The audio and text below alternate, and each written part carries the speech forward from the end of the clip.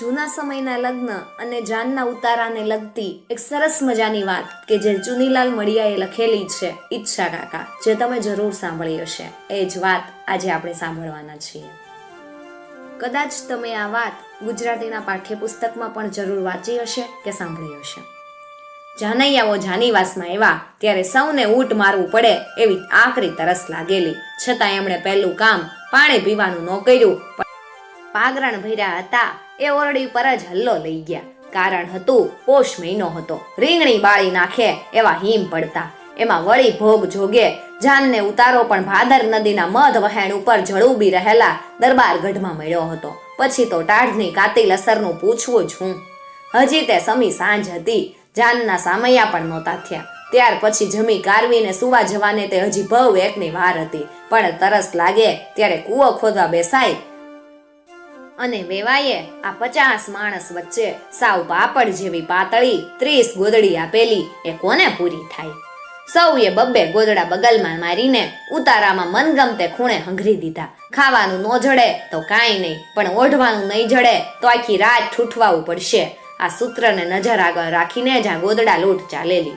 એલા એ ઓલો ઈચ્છો કાકો મારો દીકરો વરનો બાપ હોય એટલો રૂઆબ કરે છે, તો એને આજે ગોદડા વિඤાનો રખડાવીએ તો ખરા. હા હો, ઈ વાત સરસ હુજી. મારા બેટાને ગોદડા વગરનો રાખીએ ને તો એને ખબર પડે ને કે જડ્યાતા ખરા જાનૈયા. ઈ જ લાગનો છે. જેતલ સરને સંગશે ને ચાના એક કપમાં પણ મારે દીકરે આડી જીભ વાવી કે ઈ તો વેવાઈને માંડવે જઈને જ ચા પીશું. અહીં સ્ટેશનમાં તો ચા મોંઘી દાઢ જેવી હોય, એક તો પૈસા વધારે લે ને પાછી સાવ ભૂ જેવી ચા આપે. આમ કહીને આખી જાનને ચા વિનાની જ રાખી. તો આજે એના પર રીગડી કરી વરઘોડિયા ફેરા ફરી લેશે. ત્યાં સુધી ઈચ્છો કાકો તો વેવાઈને માંડવે હશે, એટલે મોડો અહીંયા આવશે ને આપણે તો બબ્બેની હોડ તાણી ને ઘરડ ઘરડ ઘરડ. પછી તો સામૈયા થયા. વર બેઠ્યું આવ્યું ને વેવાઈને ઘેરે જઈને વરરાજા તોરણ છબી આવ્યા. પણ એ તો વરરાજાને કન્યાનો લોભ હતો, જાનૈયાઓને તો જમ્યા સિવાય બીજો ક્યાં લોભ હતો. પણ ના, આજે તો જાનૈયાઓને જમવાનો પણ એટલો લોભ નહોતો જેટલો ગાડલા ગોદડા સંભાળવાનો લોભ હતો. ખાધું ન ખાધું કરીને જાનૈયાઓ તો ઉતારે આવીને પોતાના ડબલ ગોદડા ઉપર પડ્યા. ઊંચે જીવે આવેલા એટલે ઓડકાર પણ ગાડલા ઉપર ચડીને જ ખાધા. પછી વેવાણો કલવો લઈને આવી. એમના મોં જોવા મથે પણ મારા વાલીડાઓ ઊભા નોચ્યા. રખે ને ડીલની હૂંફ આપીને હુંફાળું બનાવેલું ગાદલું કોઈ બીજો પચાવી પાડે? છાબ લઈને જવા માટે વરના મામાએ જાનૈયાઓને પડકાર્યા. ત્યારે એ પડકારથી જ કેટલાકના નાક ઘરડ ઘરડ ઘરડ બોલવા લાગ્યા. એલા લાપસી કઈ બહુ દાયબી છે, તી અટાણમાં હવનું ઘારણ વળી ગયું. પણ જવાબ આપવા જેવી મૂર્ખાઈ કોઈ કરે ખરું? છાબ લઈને પણ વરરાજાના અંગત 5 માણસો જ ગયા. ત્યાં તો પાછળથી બૂમ પડી, પાગરણ ઓછું છે એટલે વેવાઈને કેજો ઝટ મોકલી આપે, નહીતર જાનૈયા ટાઢે ઠરશે. વેવાઈએ અંતરિયાળ આડોશી પાડોશીઓના પટારા ઉઘડાવ્યા. વાળંદ આવીને ગાડલા ગોદડાનો ઢગલો કરી ગયો. એલા એ વેવાઈને ઘરે ઓશિકા બોશિકા છે કે પછી એમને એમ જ હવ સુવે? વાળંદે કીધું, ભાઈ સાહેબ, ઓશિકા ન હોય એવું બને, પણ આટલા હામટા માણસને ક્યાંથી પૂરા પડે? પૂરા ન પડે એમાં એમનો કાંઈ વાક નહીં. ઓશિકાની જગ્યાએ એક ગોદડું મૂકવું પડશે, બીજું હું. સૌએ શહેનશાહના દીકરાઓની જેમ લંબાવ્યું. વેવાઈને ત્યાંથી જાન બહુ મોડે જમીને ઉઠી એટલે પાછળથી માંડવ્યાઓ અને એમના પછી પીરસણિયાઓને પણ જમતા બહુ સમય લાગે. પછી વૈજુ ઘઈટું માંગણ ભિખારીઓને આપવામાં આવે અને ચોકો સાફ કરવામાં રાતના 12 વાગી ગયા. વેવાઈએ વરઘોડાની તૈયારી કરવાનું કેવડાવ્યું.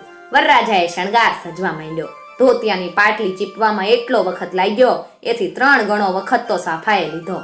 આજે મોડા ભેગું મોડું કરાવવું હોય એમ સાફાએ પણ જાણે રૂસણા લીધા. કેમે કર્યું, વરરાજાના માથા ઉપર ફીંડલું બેસે જ નહીં. એક વખત બરોબર વીટાઈ ગયું, પણ અરીસામાં જોતા લાગ્યું કે કપાળ ઉપર વાળના વાકડિયા જરી કે દેખાતા રહેવા જોઈએ, ઈ નથી રહી શક્યા. બીજી વખત માંડે વાળનું પતાવ્યું ત્યાં છોગા માટે છેડો ટૂંકો પડ્યો. છેવટે જેમ તેમ ફીંડલું મૂકી માથે પીછી ખોસી અને વરરાજા તૈયાર થયા ત્યારે રાતનો 1 થયો. આ વખતે જાનૈયાઓમાંના ઘણા ખરાઓએ તો એક ઊંઘ પણ ખેંચી કાઢેલી.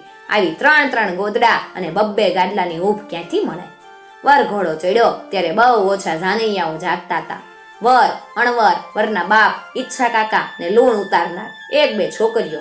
સારું થયું કે માંડવિયા સ્ત્રી પુરુષો મોટી સંખ્યામાં આવી પહોંચ્યા. હથેવાળો પણ થતા વાર બહુ લાગી. 2 બ્રાહ્મણો હોપારીના ભાગ વેચવામાં વઢી પડ્યા. તે 1 કલાકે એમની વચ્ચે સમાધાન થયું. પછી કન્યાદાન દેવાયું. હથેવાળો પચ્યો એટલે ચોરીના થાંભલા ખોડવા શરૂ થયા. રાતના 2:30 વાગ્યા હતા. ટાઈડ કેમ મારું કામ. વરરાજાએ તો લાંબા ડગલાની નીચે એક ગરમ બંડી ચડાવી લીધી હતી એટલે બીક જેવું નહોતું, પણ કન્યાને હજી હમણાં જ નવડાવી હતી એટલે એ તો ઠારના લીધે થર થર થર ધ્રુજતી હતી. તેના વાહાની ધ્રુજારીને લીધે એ પર અઢેલીને પડેલીની બેનને હાથ જ્યારે થરથર્યો ત્યારે એણે શાલ લાવી કન્યાને લપેટી લીધી. આ ટાણે જાનીવાસમાં જાનૈયાઓ એક પડખું ઊનું થવાથી સોડમાં હળવેકથી બીજું પડખું સેવતા હતા.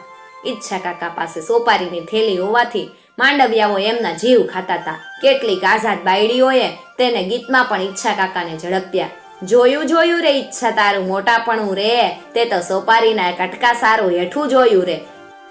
ઠંડીમાં ઈચ્છા કાકા ધ્રુજતા હતા, છતાં ગીત સાંભળતા ધન્યતા અનુભવી રહ્યા. વરઘોડિયા ફેરા ફરી રહ્યા એટલે સૌ જાનીવાસા તરફ જવા ઉપડ્યા. સૌથી મોખરે વાળંદ કિડસન લાઈટ લઈ અને ચાલતો હતો. પાછા વરઘોડિયા, એની પાછા અણવર, ઈચ્છા કાકા અને બીડા લેવા માટે વેવાય પક્ષનો સ્ત્રીવર ચાલતો હતો. ઉતારામાં અત્યારે નસકોરાનો અવાજ ન ગણીએ તો સાવ શાંતિ હતી. ગોર મહારાજે ગોત્રજના થાનક આગળ દીવો કર્યો અને 2 માટલીઓ ગોઠવી. વરઘોડિયા કોડી રમવા બેઠા.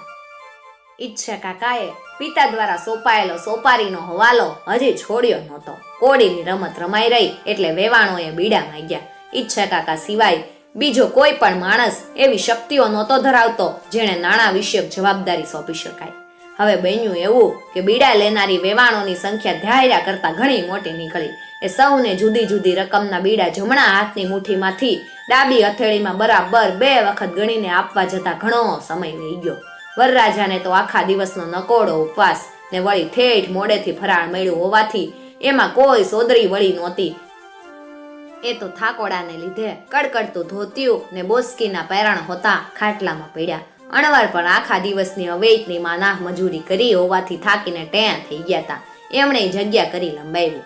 વરના બાપ તો આગલી રાતે રૂપિયાની કોથળીઓ ગણવા આડે ઊંઘી જ નહોતા શીખ્યા. એમાં વળી આજની પણ પોણી રાત ભાંગી.